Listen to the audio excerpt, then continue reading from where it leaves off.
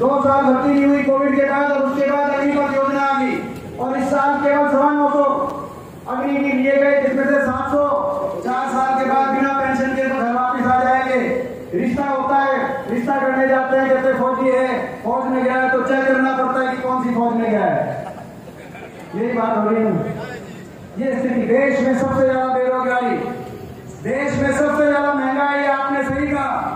400 रुपए का सिलेंडर था, तब नारा चलता था, जब हमारे समय 2014 में कांग्रेस के समय 400 रुपए में सिलेंडर था, जबकि अंतर्राष्ट्रीय बाजार में इससे दूना महंगा था।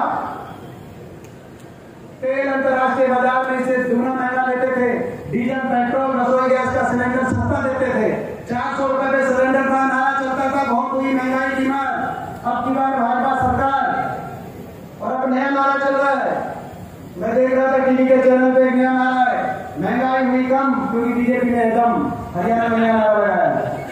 मैं पूछना चाहता हूँ, सिलेंडर 400 से कम हुआ या 400 से कुछ बढ़ा? हमारी पार्टी तय बैठी, आपकी बात नहीं करनी हमें, क्योंकि मीडिया में तो चल रहा है, मीडिया में तो चल रहा है कि महंगाई हुई कम, क्योंकि मीडिया में चला रही है।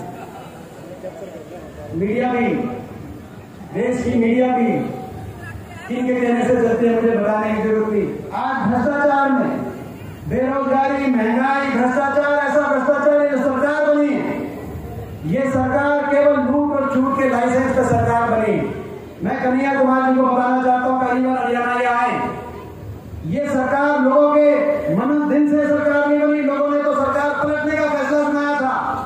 75 पार का नारा था बीजेपी का, था कि नहीं था? 75 पार का नारा बीजेपी कहती थी, 75 पार, और दुष्यंत चौटाला कहता था बीजेपी को करो जमुना पार। कहते थे कि नहीं कहते? मैं पूछना चाहता हूं, एक कहता था 75 पार, दूसरा कहता था बीजेपी को करो जमुना पार। इलेक्शन का नतीजा पे दोनों बन के जमा पक्के यार।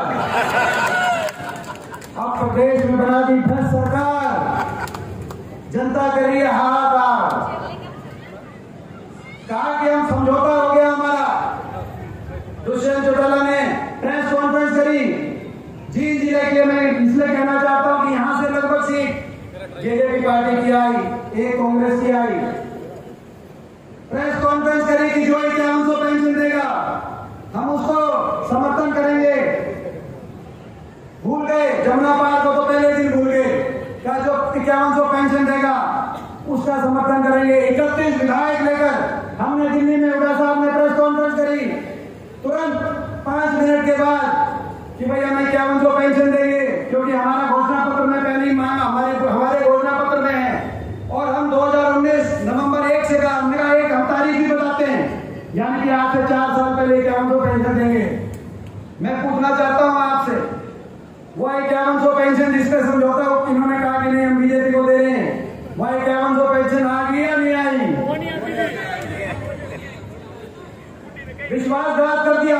उचाना में लोगों से पूछा था, उचाना में जाके लोगों से पूछा था कि क्या करना चाहिए। लोगों ने कहा था कुछ भी करो, बीजेपी का साथ ना देना, कुछ भी करना पड़े बीजेपी का। लोगों ने कहा था कि नहीं कहा था? मैं आज आपसे पूछना चाहता हूं। उचाना से गाड़ी चली, सीधे रास्ते गाड़ी चल रही थी, उचाना से जींद होके रोहतक होके टिकरी बॉर्डर तक गाड़ी ठीक रास्ते पे जा रही थी।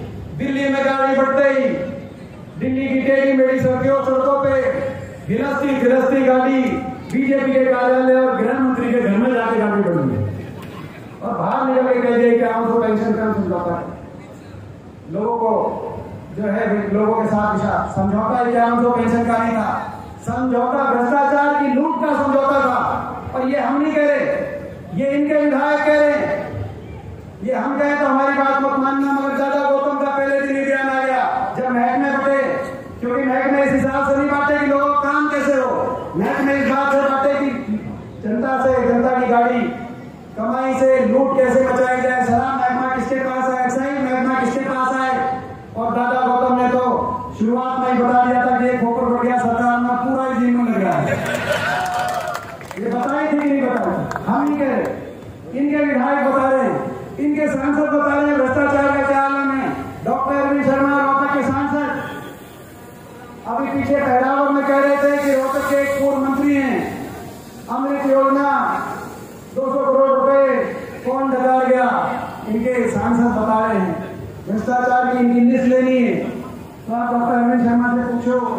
सांसद से ज्यादा गौतम से आप जाके जानकारी लो। आज प्रदेश को विकास की पटरी से उतार दिया और भ्रष्टाचार के भेड़ चला दिया। बेरोजगारी में से खुशहाली की तरफ हरियाणा आगे बढ़ा। वो हरियाणा 9 साल पहले बीजेपी के हाथों में गया, खट्टर साहब के हाथों में गया।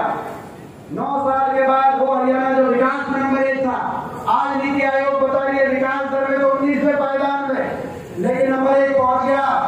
तो बेरोजगारी में जैसे कि अभी हमारे नौजवान साथी कन्हैया ने बताया, बेरोजगारी में आज दुख की बात है। कन्हैया जी दिल्ली के 3 तरफ हम बैठे हैं। देश में सबसे ज्यादा रोजगार देने वाला प्रदेश होना चाहिए, लेकिन देश में सबसे ज्यादा बेरोजगार प्रदेश।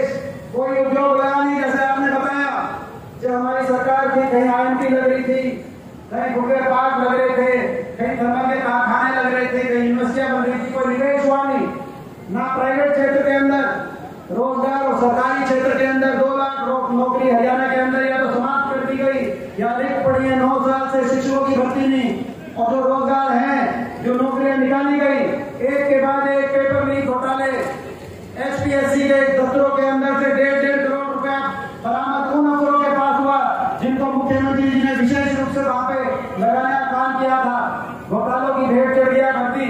अभी बीजेपी की भर्ती निकली थी, उसको तो वापस ले लिया। और जो रोजगार थोड़े बहुत निकले भी, वो भी पक्के नहीं, कच्चे। कौशल निगम में जैसे आपने कहा कि जो सरकारी यहाँ कौशल निगम के हरियाणा सरकार की बताई, आपने केंद्र सरकार की बताई। कन्हैया जी जो